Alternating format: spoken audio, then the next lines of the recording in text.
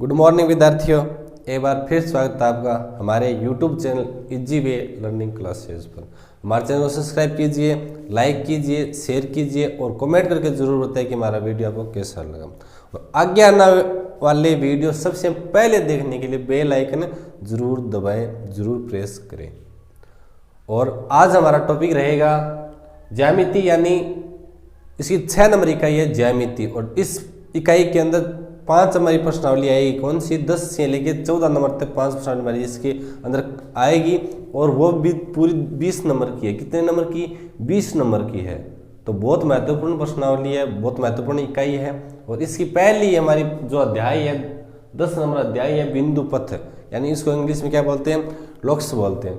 तो इसको आज हम समझेंगे, पढ़ेंगे, तो वीडियो में बने रहें। और आज का वीडियो हम शुरू करते हैं। तो क्या है, सबसे पहले तो हमें पता होना चाहिए कि बिंदु पथ क्या है, बिंदु पथ किस चीज को बोलते हैं, ये हमें पता होना चाहिए। तो बिंदु पथ क्या होता है? तो देखो भैया, इसकी परिभाषा क्या होती है। परिभाषा की बात करें हम, क्या परिभाषा की बात करें किसकी? बिंदु पथ की। तो भैया जी, बिंदु पथ है क्या है? बिंदु पथ है वह एक बिंदुओं का विशिष्ट समुच्चय है। क्या है बिंदु पथ? बिंदुओं का विशिष्ट समुच्चय होता है। बिंदुओं का विशिष्ट समुच्चय होता है, एक विशिष्ट समुच्चय होता है। और वे सारे जो हमारे बिंदु है, ये सभी बिंदु किन्हीं प्रतिबंध होता है, यानी कोई शर्त होती है, उसको ये पूर्ण करते हैं या उसकी पालना करते हैं। तो क्या है? ये है बिंदु, ये बिंदु किन्हीं यानी किसी भी शर्त या प्रतिबंध है, किन्हीं शर्त या प्रतिबंधों को संतुष्ट करते हैं, संतुष्ट करते हैं। तो ये हमारी इसकी परिभाषा है कि बिंदुओं का एक विशिष्ट समुच्चय होता है, उसको हम बिंदु पथ बोल सकते हैं। लेकिन कब बोलेंगे? जब वो दी गई शर्त या जो है अपना प्रतिबंध उसको संतुष्ट करे, तब उसको बिंदु पथ बोलेंगे। तो अब ये 2 उदाहरण से समझेंगे कि कौन से प्रतिबंध होते हैं, यानी कौन सी शर्त होती है, किस शर्त को वो पूरा करते हैं, तो बिंदु पथ कहलाते हैं। तो सबसे पहला उदाहरण है हमारा, 1 नंबर उदाहरण है वृत्त का। वृत्त का उदाहरण लेते हैं। तो वृत्त हमारा कैसा होता है? देखो, ऐसा वृत्त होता है, इसका केंद्र होता है ये O होता है, और ये हमारी की त्रिज्या R होती है, ये हमारा कोई बिंदु P हो गया। तो देखो भैया जी, वृत्त की परिभाषा क्या होती है? देखो क्या होती है कि एक स्थिर बिंदु से, क्या एक स्थिर बिंदु से समान दूरी पर स्थित सभी बिंदुओं के बिंदु पथ को वृत्त कहते हैं। क्या कहते हैं? एक स्थिर बिंदु यानी O से समान दूरी यानी R दूरी पर स्थित बिंदुओं के, R दूरी पर, देखो यहां से भी R होगी, यहां से R होगी, यहां से R होगी, यानी R दूरी पर स्थित बिंदुओं के बिंदु पथ को हम वृत्त कहते हैं। तो देखो यह शर्त कौन सी पूरी हो रही है कि O बिंदु है और इससे R दूरी यानी एक ही समान दूरी पर चारों तरफ स्थित बिंदु है, तो उनका एक बिंदु पथ बन गया और उसको हम वृत्त बोलते हैं। तो इसके अंदर हमारा एक उदाहरण तो ये हो गया, जिसके अंदर हम कह सकते हैं कि एक वृत्त है और इसके अंदर ये O इसका केंद्र है यानी स्थिर बिंदु है, और R इसकी त्रिज्या है, और P एक बिंदु है। तो ये दूरी है जहां भी इस परिधि के ऊपर जहां भी स्थित हो गया, समान दूरी पर होगा। तो कहने का मतलब क्या है कि एक स्थिर बिंदु से समान दूरी पर स्थित बिंदुओं के बिंदु पथ को वृत्त बोलते हैं, और यही बिंदु पथ है इसके हिसाब से। यानी ये देखो, क्योंकि हम मान सकते हैं कि ये इस परिधि के अंदर बहुत सारे बिंदु हैं अपने, क्या है, बहुत सारे बिंदुओं से पास बिंदु हो गए, तो ये एक रेखा बन गई जैसे, तो ये बिंदुओं का ये बिंदु पथ है। तो हो गया। दूसरा 2 नंबर हम एक लेते हैं समांतर रेखाएं। क्या लेते हैं? 2 समांतर रेखाएं, 2 समांतर रेखाएं। 2 समांतर रेखाएं से भी हम समझते हैं कि ये होता है या नहीं होता है, क्योंकि समांतर रेखा भैया जी सीधी होती है। क्या होती है? ये लो सीधी है। तो ये तो हमारी एम रेखा है, ये अपनी एन रेखा है, ये एम रेखा है, ये एन रेखा है, और इन दोनों से समान दूरी पर स्थित बिंदुओं के बिंदु पथ को क्या इस रेखा से भी समान दूरी पर और इस रेखा भी समान दूरी पर, तो बिंदुओं का बिंदु पथ कैसे बनेगा, इनके बीच में बनेगा, क्योंकि इससे भी समान दूरी पर और इससे भी समान दूरी पर, यानी ये भी दूरी अपनी कुछ भी मान लो कि ये अपनी एस दूरी है, ये अपनी एस दूरी है, या अपन डी बोल सकते हैं, सो डिस्टेंस भी बोल सकते हो, क्या दूरी को डिस्टेंस बोलते हैं अंग्रेजी में। तो इससे जितनी दूरी है उससे भी इतनी दूरी है, यानी ये भी एक इन दोनों के समांतर रेखा ही बनेगी, क्या बनेगी, इन दोनों की एक समांतर रेखा ही बनेगी, और इस रेखा को हम एल मान लेते हैं कि भैया इन दोनों रेखाओं से समान दूरी पर स्थित बिंदुओं के बिंदु पथ से इनके ही समांतर एक समांतर रेखा का निर्माण होगा, और उसको हम एल बोल देंगे। दूसरी बात, जब एक रेखा हो, यानी 3 नंबर के अंदर क्या बोलेंगे हम, ये 3 नंबर पॉइंट है अपना, 3 नंबर उदाहरण है, एक रेखा, एक रेखा, इस एक रेखा से क्या मतलब भैया, ये लो एक रेखा है और इस रेखा का नाम दे दिया हमने एल, दे दिया। तो भैया बोल रहे हैं कि इस रेखा से धनात्मक दूरी होनी चाहिए, धनात्मक मतलब ऊपर चलो तो ही प्लस की होनी चाहिए, नीचे जाओ तो भी प्लस की धनात्मक होनी चाहिए। तो देखो यहां से ऊपर कोई समान दूरी पर है, कोई बिंदुओं का बिंदु पथ है ऊपर की तरफ, और नीचे की तरफ भी समान दूरी पर एक बिंदुओं का बिंदु पथ है। तो देखो भैया जी, यहां से भी डी दूरी है और यहां से भी अपनी डी दूरी है, तो क्या होगा, देखो भैया जी, यहां से भी ये बराबर दूरी है, यहां से भी बराबर है, और यहां से बराबर है, और यहां से बराबर, यहां से बराबर, यहां समान दूरी पर है। तो क्या होगा, इस एल के समांतर दो रेखाओं का निर्माण हो गया, एक तो ऊपर से रेखा का समांतर रेखा निर्माण होगी और एक नीचे से समान। तो विद्यार्थियों क्या है कि दो दिए हुए बिंदुओं से समदूरस्थ बिंदुओं का बिंदु पथ बताइए। तो ये हम समझेंगे कैसे होता है, समदूरस्थ कैसे होता है, और उसके बाद इसकी दो प्रमेय हैं उनके बारे में हम चर्चा करेंगे, तो वीडियो में बने रहें। तो क्या है कि दो दिए हुए बिंदुओं से समदूरस्थ बिंदुओं का बिंदु पथ, तो कहने का मतलब क्या है कि भैया जी हमारा दो बिंदु दिए हुए हैं, ये लो, एक ये बिंदु है, एक ये बिंदु, इसको हम ए लिख देते हैं, इसको हम बी लिख देते हैं, लिख दिया। उसके बाद बोल रहा है कि इससे भी समान दूरी पर है और इससे भी समान दूरी पर है। तो कहने का मतलब यहाँ कोई बिंदु P ले लेते हैं हम, क्या P, कहते हैं कि ये सवाल में दे रखा है कि समदूरस्थ है, तो इसकी बात करते हैं कि ये और ये दूरी बराबर है, बराबर है, क्योंकि दे रखे है कि भाई ये दो दिए हुए यानी ए और बी दो बिंदु दे रखे हैं और उनसे समदूरस्थ यानी समान दूरी पर स्थित बिंदु का बिंदु पथ, जो भी बिंदु होगी उसका बिंदु पथ है। अब देखो भैया जी, तो ये तो हो गया अपना। अब क्या करेंगे कि ए और बी का मध्य बिंदु यानी कोई बीच का बिंदु, उसको हम क्या लिख देते हैं, डी लिख देते हैं, क्या डी लिख देते हैं। अब देखो भैया जी, पी और डी को मिला देते हैं, पी और डी को मिला देते हैं। अब देखो, तो भैया जी ये रेखा और ये रेखा तो हमारी बराबर है। तो अब देखो, अब इस त्रिभुज के अंदर हम क्या करेंगे कि देखेंगे कि ये कोण अपना 90 डिग्री का हो रहा है या नहीं हो रहा है, इसके बारे में हम चर्चा करेंगे। तो देखो भैया जी, ये त्रिभुज और ये त्रिभुज आपस में एक जैसे आपको दिखाई दे रहे हैं। देखो ये भुजा इसके बराबर है, ये भुजा इसके बराबर है, ये भुजा इन दोनों में उभयनिष्ठ है यानी कॉमन भुजा है। तो भुजा भुजा भुजा नियम से सर्वांग सम है एक दूसरे के, और सर्वांग सम तो ये कोण इसके बराबर है, ये कोण इसके बराबर है और ये कोण इसके बराबर है। तो देखो भैया ये कोण इसके बराबर है, तो अब देखेंगे कैसे ये 90 डिग्री आ रहा है या नहीं आ रहा। देखो बात करते हैं हम।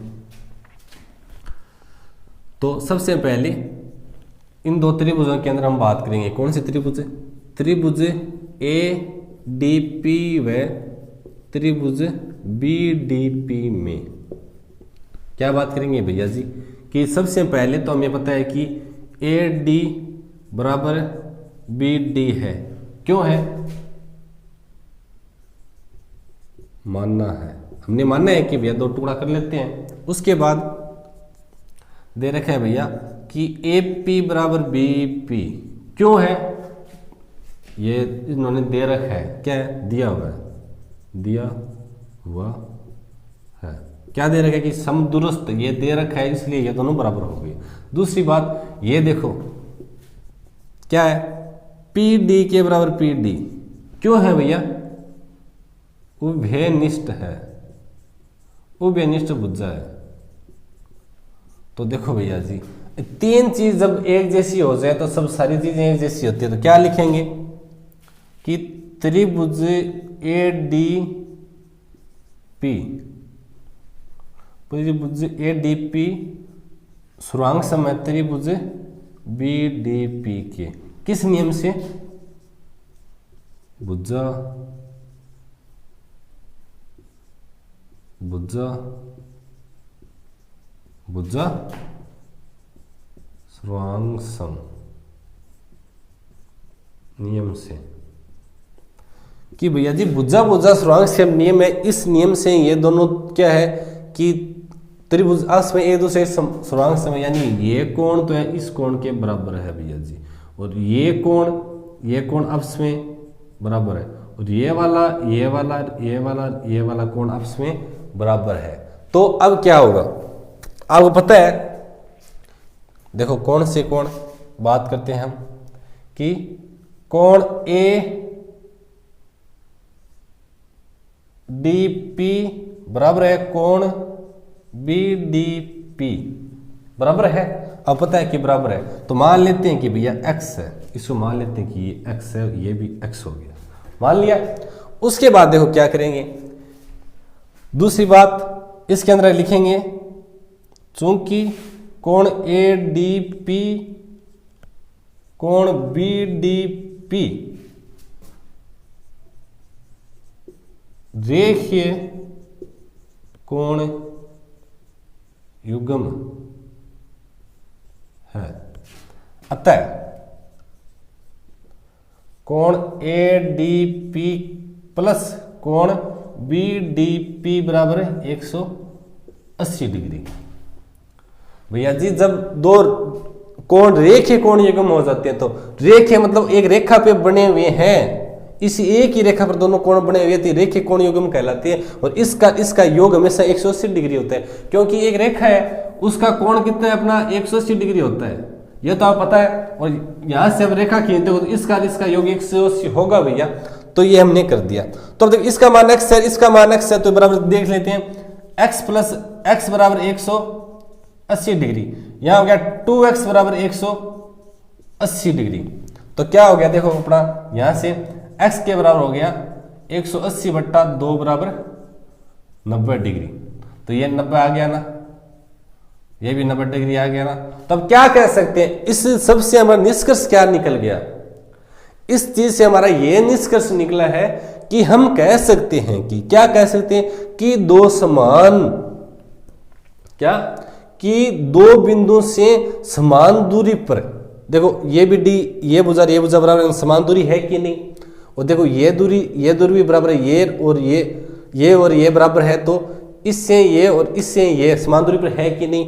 तो क्या है कहने का मतलब क्या है कि दो बिंदुओं से, क्या दो बिंदुओं से समान दूरी पर स्थित बिंदुओं का बिंदु पथ, उस दो बिंदुओं के मध्य की रेखा होती है, उस पे लंबसम द्विभाजक होते हैं। क्या होते हैं, लंबसम द्विभाजक। लंबसम द्विभाजक मतलब क्या होता है, लंब यानी 90 डिग्री का कोण बना लिया भाई 90 डिग्री कोण, और सम द्विभाजक मतलब समान दूरी। ये देखो ये और ये भुजा हमने बराबर यहाँ मान्य थी, तो ये भुजा बराबर है कि नहीं, तो बराबर है, तो हम कह सकते हैं। तो यहां से हमारी क्या बनती है, प्रमेय क्या बनती है, प्रमेय ये बनती है कि दो दिए हुए बिंदु से समदूरस्थ बिंदुओं का बिंदु पथ, कि दो दिए हुए बिंदुओं से समदूरस्थ बिंदुओं का बिंदु पथ उन दो बिंदुओं के बनने वाले रेखाखंड का लंबसम द्विभाजक होता है, ये हमारे प्रमेय बनती है। और उसके विपरीत प्रमेय हम क्या लें कि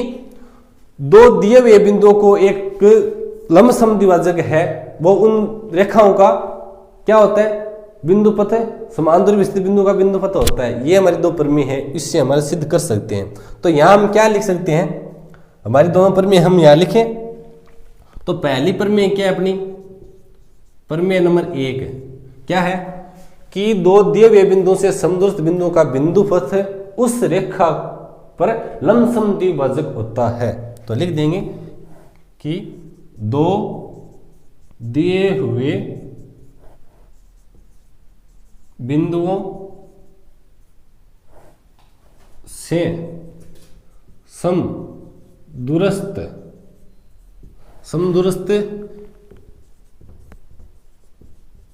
बिंदुओं का बिंदुपथ है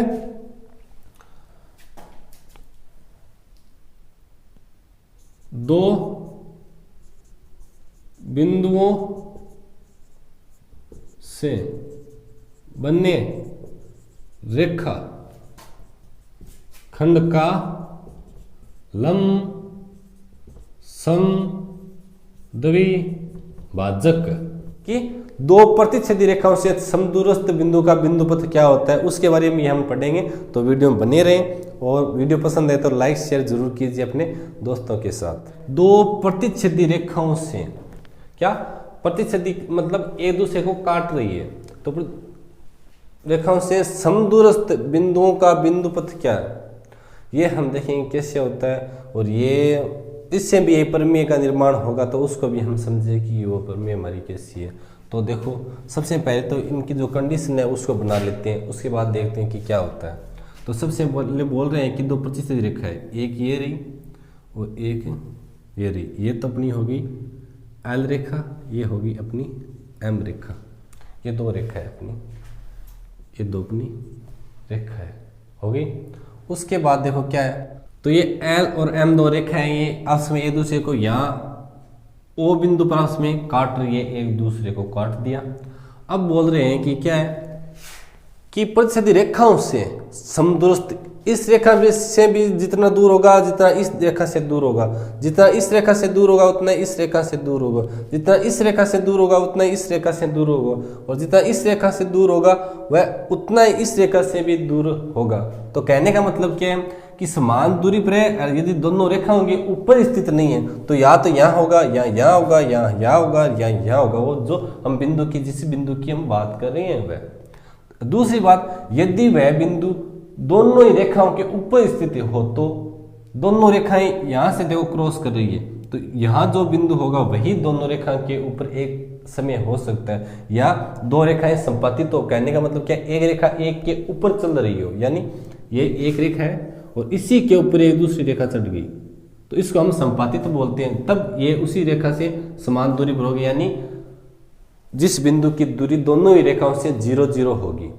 तो हम एक बिंदु मान लेते हैं कि हमने यहाँ एक बिंदु मान लिया, ये लो बिंदु मान लिया हमने P, और देखो ये हम मिला देते हैं इसको, यहाँ से इसको क्रॉस कर देते हैं यहाँ से देखो, और इसको भी हम यहाँ क्रॉस कर देते हैं।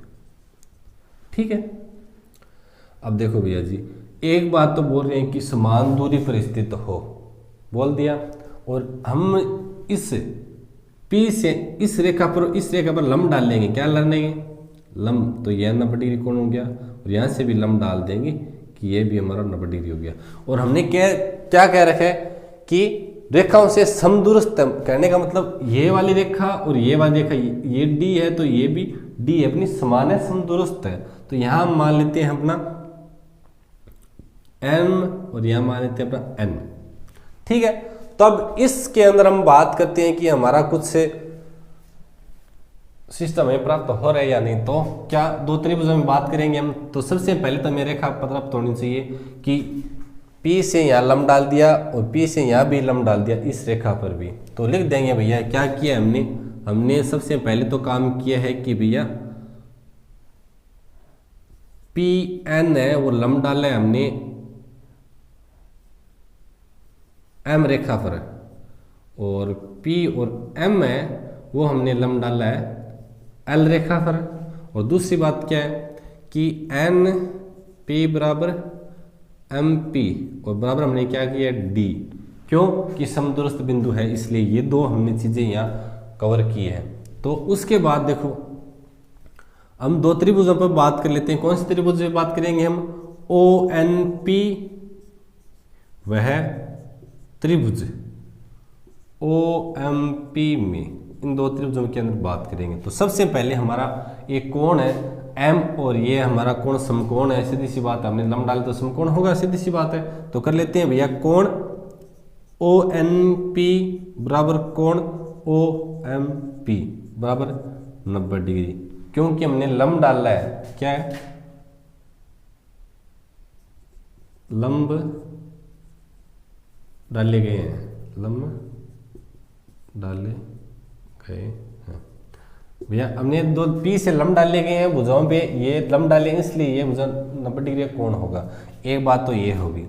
दूसरी बात कि हमने देखा है कौन सी, एन पी के बराबर एम पी बराबर डी, समदूरस्थ है भैया, यहाँ दे रखा है समदूरस्थ बिंदु है, तो ये हो गया, एक हो गया, दो हो गया। उसके बाद देखो अब भाई ओपी भुजा के बराबर ओपी है, क्यों है, ये उभयनिष्ठ है, उभयनिष्ठ भुजा है, उभयनिष्ठ भुजा। तो देखो भैया जी तीन चीज होगी, ए त्रिभुज में तीन चीजें समान होती है तो सारी की सारी चीजें आपस में समान होगी। तो हम क्या कह सकते हैं भैया जी कि त्रिभुज ओ एन पी सर्वांग सम है, त्रिभुज ओ एम पी के सर्वांग सम है। कौन नियम कौन सा लगेगा, यहाँ देखो नियम लगेगा भैया जी समकोण, समकोण लगा है और समकोण के सामने वाली भुजा ये और पी कौन सी होती है, कर्ण होती है, और एक हमारा ये भुजा होगी, कौन सी होगी, भुजा या लंब बोलते हैं इसको, भुजा। तो इस नियम से ये दोनों हो गए सर्वांग सम हो गए, और सर्वांग सम होते ही हम क्या कह सकते हैं कि भैया ये कोण इसके बराबर है तो ये कोण इसके बराबर होगा, और ये कोण इसके बराबर होगा, ओ एम और ओ एन सारी भुजाएं बराबर होगी, सर्वांग सम है। अतः कह सकते हैं भैया जी कि ओ एन के बराबर ओ एम बराबर है। दूसरी बात है कोण एन ओ पी बराबर कोण एम ओ पी, और दूसरी बात कोण एम पी ओ के बराबर होगी कोण एन पी ओ। ये सारे क्योंकि इसके हिसाब से तीनों और होंगे, तो अब क्या कह सकते हैं हम कि समदूरस्थ ये भी दोनों से समान दूरी पर स्थित है और P भी इन दोनों से समान दूरी पर स्थित है, तो इनका और इनकी जो रेखा बन रही है वो क्या कर रही है, इस साइड के कोण का समद्विभाजक कर रही है। क्या कर रही है, इन दोनों रेखाओं से बने कोण का समद्विभाजक, ये कोण बराबर है तो समद्विभाजक है भैया कोण का। तो क्या लिख सकते हैं, तो इससे प्रमेय क्या बनती है अपनी, प्रमेय नंबर 2, प्रमेय 2, ये प्रमेय क्या बनती है कि दो प्रतिच्छेद रेखाओं से समदूरस्थ बिंदुओं का बिंदु पथ उन दोनों रेखाओं के मध्य कोण का समद्विभाजक पर स्थित होता है। तो लिख देंगे, क्या लिखेंगे कि दो प्रतिच्छेदी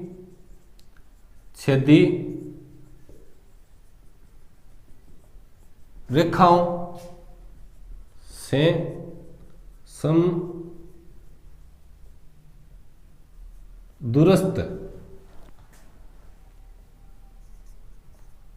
बिंदुओं का बिंदु पथ दोनों रेखाओं के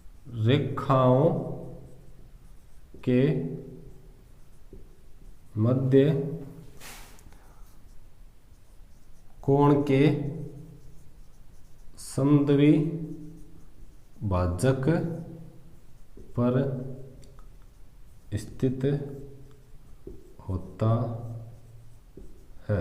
ये हमारी प्रमेय होगी। इस प्रमेय को हम यदि हम आप पूछ ले कि इस प्रमेय को सिद्ध करो तो आपको इतना काम करना पड़ेगा, ये दो क्रॉस करके रेखा बनानी पड़ेगी, फिर समांतर पे बिंदु लेना पड़ेगा और फिर यहाँ लंब डालना पड़ेगा दोनों जगह। लंब डालने के बाद ये भुजा वो बराबर दे रखी है, तो ये इसकी हो गई उभयनिष्ठ भुजा, ये 90 डिग्री का 90 डिग्री, तीन चीजें हमें पता है तो बाकी सारी चीजें समान होगी।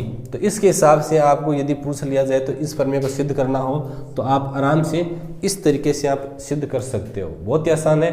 और इसके बाद हम 10.1 के सभी सवाल हल करेंगे और 10.2 और विविध इस साल आपके कोर्स से हटा दी गई है, तो 10.11 के 9 या 10 सवाल है, वो हम एक एक करके हल करेंगे। तो वीडियो में बने रहें। वीडियो पसंद आए तो लाइक शेयर जरूर कीजिए। तो विद्यार्थियों, अपना 10.1 है प्रश्नावली।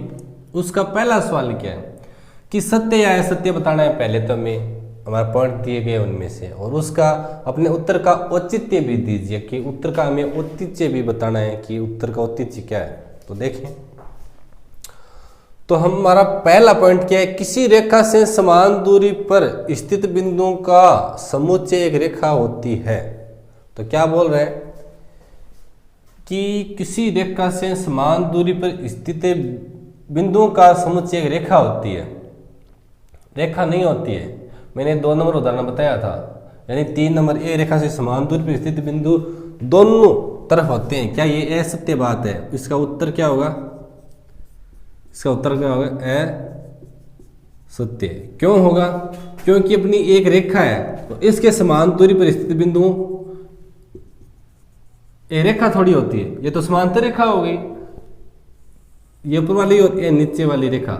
इस एल रेखा के दोनों, ये एम और ये एन समांतर रेखा हुई कि नहीं हुई? ये वाली दूरी डी हमने की थी वहां पे, तो ये दोनों समांतर रेखा होगी, सीधी रेखा नहीं होगी, एक नहीं 2 समांतर रेखाएं होती है। तो ये तो बात असत्य होगी। दूसरी बात क्या, एक वृत्त उन बिंदु का बिंदुपथ है जो किसी दिए गए बिंदु के नियत दूरी पर स्थित है।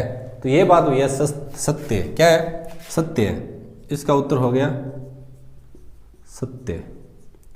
इसका उत्तर सत्य क्यों हो गया?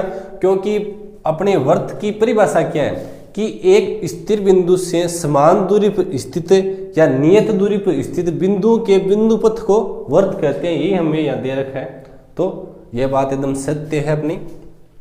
उसके बाद क्या दे रखा है, 3 दिए गए बिंदु सहरेख तभी होंगे जब रेखा के बिंदु के समुच्चय के अवयव नहीं है। अवयव नहीं है तो बात गलत है भैया। ये बोल रहा है कि सहरेख तभी होंगे। सहरेख कहने का मतलब क्या है, एक रेखा है, 3 बिंदु दे रखे हैं, तो ये तीनों बिंदु इस रेखा के अवयव है तभी तो सहरेख है। और ये बोला कि अवयव नहीं है। अवयव कहने का मतलब कि एक तो यहाँ है और एक यहाँ है और एक यहाँ है, ये एक रेखा के अवयव है नहीं तीनों, तो सहरेख थोड़ी है तो ऊपर नीचे होंगे। देखो ये सहरेख थोड़ी है तो टेढ़ी रेखा होगी। तो कहने का मतलब क्या है कि इसका उत्तर असत्य होगा। उत्तर असत्य बात कह रहा है कि 3 दिए गए बिंदु सहरेख तभी होंगे जब वह रेखा के बिंदु के समुच्चय के अवयव है तभी होंगे, अन्यथा नहीं है। ये बोल रहा है अवयव नहीं है तो भैया ये वाली हालत हो जाएगी इसकी, तो ये बात गलत है। उसके बाद क्या बोले, 2 रेखाओं से समदूरस्थ बिंदुओं का बिंदुपथ दोनों रेखाओं की समांतर रेखा होती है। क्या बोल रहे हैं कि 2 रेखाओं से समदूरस्थ बिंदुओं का बिंदुपथ दोनों रेखाओं के समांतर रेखा होती है। तो भैया ये बात जो इसने बोल रखी है वह तो सत्य है, लेकिन वो क्या है कि दोनों रेखाओं के कंडीशन पे, यानी वो कैसी है, वो रेखा दोनों रेखा ऐसी समांतर है या दोनों रेखा एक दूसरे को काट रही है, इस पर डिपेंड करेगी। तो ये 2 स्थितियां बन रही है, तो हम कैसे कह दें कि ये भैया समान दूरी पर है? हम नहीं कह सकते। तो ये बात भी असत्य होगी। क्या होगी? असत्य। इसका भी उत्तर असत्य होगा। देखो इनके समान दूरी पर तो ये भैया ये बीच की होगी, ये तो समान होगी, समांतर होगी जो बात बोल रहे हैं। लेकिन जब ये भी 2 रेखाएं तो है, आपस में ये क्रॉस कर रही है, तो इसकी समान जो बिंदु का बिंदुपथ होगा ऐसा होगा, और क्या होगा, वो इस कोण का अर्धक होगा। क्या होगा? कोण का समद्विभाजक होगा। इस कोण का समद्विभाजक हो गया, इस कोण का समद्विभाजक गया, ऐसे होगा तो इस कोण का समद्विभाजक होगा। तो इस स्थिति के अंदर समद्विभाजक होता है और इस स्थिति के अंदर समांतर होता है दोनों रेखाओं के। तो भैया ये बात असत्य होगी, सत्य नहीं है अपनी। इसके बाद हमारा 5 नंबर पॉइंट क्या है, 2 दिए गए बिंदुओं से समदूरस्थ बिंदुओं का बिंदुपथ दोनों रेखाओं को मिलाने वाले रेखा का लंब अर्धक होता है। यानी हमने ये सिद्ध किया था कि ये हमारी प्रमेय थी, 1 नंबर प्रमेय मैंने बताई थी, वही प्रमेय हम यहाँ दे रखी है। हमने ये सिद्ध प्रूफ किया था कि ये इसका लंब अर्धक होता है, ये हमने प्रूफ किया था। तो ये बात क्या होगी? इसका उत्तर क्या होगा अपना? सत्य। ये बात हमने प्रूफ की थी। कौन से चित्र के अंदर? इस चित्र के हमने ऐसा चित्र बनाया था और फिर यहाँ से ऐसा डाला था, या लंब बनाया था, या ए, यहाँ बी और यहाँ पी और यहाँ डी रख के हमने सिद्ध किया था। तो ये लंब माध्यक हमने किया था, यानी ये कोण 90 डिग्री का, ये कोण 90 डिग्री हमने प्राप्त किया था। तो ये सत्य है।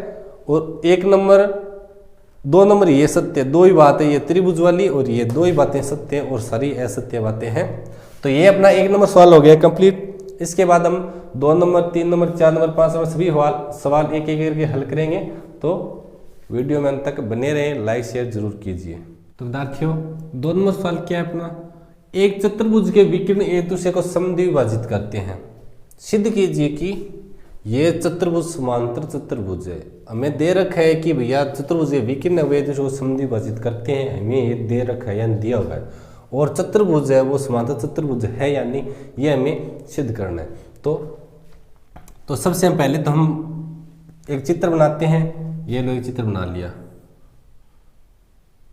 एक चतुर्भुज का चित्र बना लेते हैं, ठीक है। और इसके जो विकर्ण है वो आपस में एक दूसरे को समद्विभाजित करते हैं। विकर्ण का नाम देते हैं ए, बी, सी और डी। चतुर्भुज नाम हो गए, यहाँ ओ लिख देते हैं, ठीक है। अब देखो, अब इस चतुर्भुज को हमें सिद्ध करना है कि ये एक समांतर चतुर्भुज है या नहीं। तो सबसे पहले हमें दिया हुआ क्या है, दिया हुआ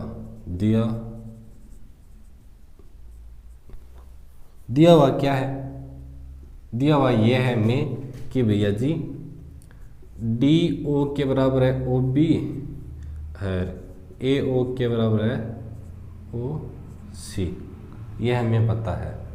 और दूसरी बात, ये इतना चीज हमें दिया हुआ है चतुर्भुज के अंदर, और सिद्ध क्या करना है हमें, सिद्ध करना क्या है कि ए बी सी डी एक समांतर चतुर्भुज है। तो ये हमें सिद्ध करना है। तो इसकी उत्पत्ति कर लेते हैं। उत्पत्ति या उत्पत्ति कुछ भी लिख सकते हो, उत्पत्ति या उत्पत्ति। तो इसके अंदर इस त्रिभुज और इस त्रिभुज की बात कर लेते हैं पहले, फिर इस त्रिभुज की बात कर लेते हैं। तो इसके हिसाब से हमें प्राप्त हो जाएगा। देखो क्या है, तो इसी बात ध्यान रखना है कि त्रिभुज ए ओ बी व त्रिभुज डी ओ सी में, इन 2 त्रिभुजों में हम बात करेंगे। तो हमें क्या दे रखा है वो लिख देंगे भैया कि ए ओ के बराबर दे रखा है ओ सी, दिया हुआ है, दे रखा है हमें, तो ये लिख दिया हुआ है। उसके बाद हमें क्या दे रखा है, ओ बी के बराबर ओ डी, ये भी दिया हुआ है, ये बात हमें दे रखी। उसके बाद ये कोण देखो, कोण ए ओ बी के बराबर कोण डी ओ सी क्यों है, शीर्षाभिमुख कोण है। कौन से, शीर्षाभिमुख कोण है। शीर्षाभिमुख कोण समझते हो, जहां क्रॉस होते हैं रेखा, ये वाला इसके बराबर है, ये वाला इसके बराबर, ये शीर्षाभिमुख कोण बोलते हैं इनको। तो अब कौन से नियम से हमारे ये दोनों त्रिभुज सर्वांग सम होंगे, तो लिख देते हैं त्रिभुज ए ओ बी सर्वांग सम है त्रिभुज डी ओ सी। नियम कौन सा लगा है यहाँ, भुजा कोण भुजा नियम। इस नियम से, ये भुजा कोण भुजा नियम से ये और ये त्रिभुज सर्वांग सम सिद्ध हो गए। अब क्या है कि सर्वांग सम त्रिभुजों के संगत कोण बराबर होते हैं। क्या लिखेंगे, अतः सर्वांग सम त्रिभुज के संगत कोण बराबर होते हैं। यह बात हमें पता होनी चाहिए कि सर्वांग सम त्रिभुज होते हैं तो इसके संगत कोण बराबर हो गए। संगत कोण कौन से, ये और ये और ये और ये संगत कोण। तो क्या करेंगे कि कोण ACD, ACD बराबर हो गए कोण CAB। और ये देखो ये कोण कौन से हो गए, ये दोनों कोण है, तो ये दोनों कोण है तिर्यक रेखा, तिर्यक रेखा SC से बने एकांतर कोण है, कोण है। देखो ये तिर्यक रेखा है अपनी AC, इस रेखा से बने एकांतर कोण है या नहीं, और एकांतर कोण कहां बनते हैं, जब ये वाली रेखा समांतर होगी। तो क्या लिखेंगे, अतः AB समांतर है D और C के। तो ये वाली रेखा इस रेखा के समांतर आ गई अपनी, आ गई। तो अब क्या करेंगे, वापिस इस त्रिभुज और इस त्रिभुज की बात कर लेते हैं, और इस त्रिभुज की बात करें तो क्या लिखेंगे, पुनः त्रिभुज A और D वह त्रिभुज B और C में, इनमें करेंगे तो क्या करेंगे, सबसे पहले देखो भैया A O के बराबर OC दिया हुआ है, दिया है, और उसके बाद OB के बराबर OD ये भी हमें दिया हुआ है। उसके बाद कोण A और D के बराबर कोण B और C क्यों है, शीर्षा विमुख कोण है, ये शीर्षा विमुख कोण है। तो ये त्रिभुज भी हो गया, सर्वांग सम हो गया। तो क्या है, त्रिभुज A और D सर्वांग सम है त्रिभुज B और C, कौन से नियम से,